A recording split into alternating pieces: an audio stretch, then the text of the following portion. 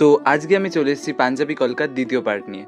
আর তোমরা আগের পার্টটাতে অসংখ্য ভালোবাসা দিয়েছো, আর তার জন্য তোমাদের অসংখ্য অসংখ্য ধন্যবাদ। পাঞ্জাবিটা যেই দাদাটা আমার থেকে নিয়েছিল, সেই দাদাটা বসন্ত উৎসবের উপলক্ষে আমার থেকে পাঞ্জাবিটা নিয়েছিল।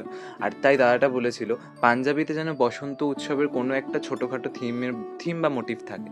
তাই আমি একটা পলাশ ফুলের ডিজাইন করেছিলাম, আর হাতে কিছু ডিজাইন করেছিলাম, আর অল ওভার পাঞ্জাবিতে ছোটো ছোটো কিছু ডিজাইন করেছিলাম।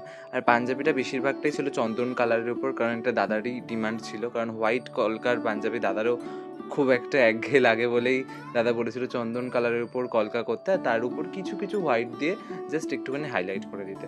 আর দেখো অল ওভার লুকটা তোমাদের কাছে দিলাম, কেমন লাগলো আমাকে নিশ্চয়ই